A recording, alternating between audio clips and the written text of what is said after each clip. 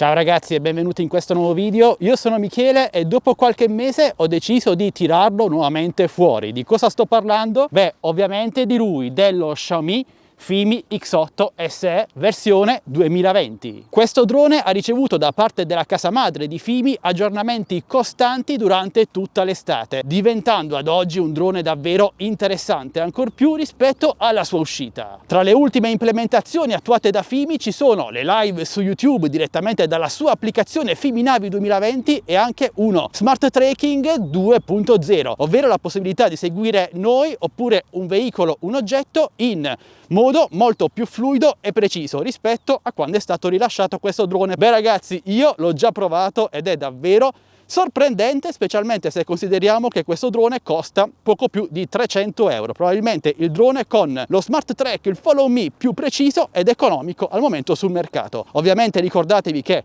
non è dotato di nessun sensore anticollisione, quindi attenti agli ostacoli. Ora però vi lascio alle immagini che sicuramente parleranno meglio delle mie parole. Fatemi sapere cosa ne pensate lasciando un commento e per acquistare questo drone trovate link e coupon qui sotto in descrizione video.